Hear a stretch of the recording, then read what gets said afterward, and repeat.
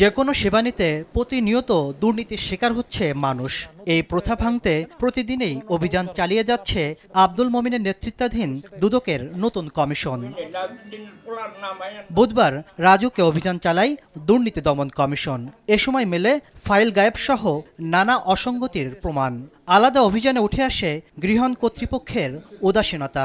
রাস্তা অবৈধ দখল করে বিল্ডিং করা হয়েছে বা অবৈধ স্থাপনা আছে, কিছু ফ্ল্যাট প্লট বরাদ্দের বিষয়ে কিছু অসঙ্গতি আমাদের কাছে মনে হয়েছে, যে সেই বিষয়ে আমরা বিস্তারিত কমিশনকে রিপোর্ট করব।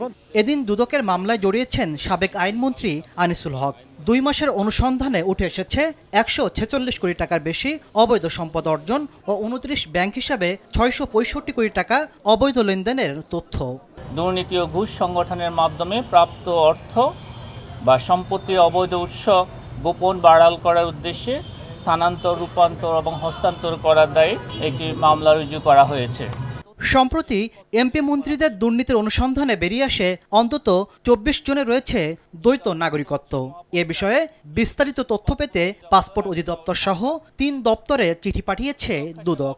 বাংলাদেশে বিভিন্ন সময় গণকর্মচারী অথবা তাদের পোষ্যগণ কর্তৃক দ্বৈত নাগরিকত্ব গ্রহণের বিষয়ে ইমিগ্রেশন এবং পাসপোর্ট অধিদপ্তর সহ 3টি দপ্তরে তথ্যাদি চেয়ে পত্র প্রেরণ করা হয়েছে।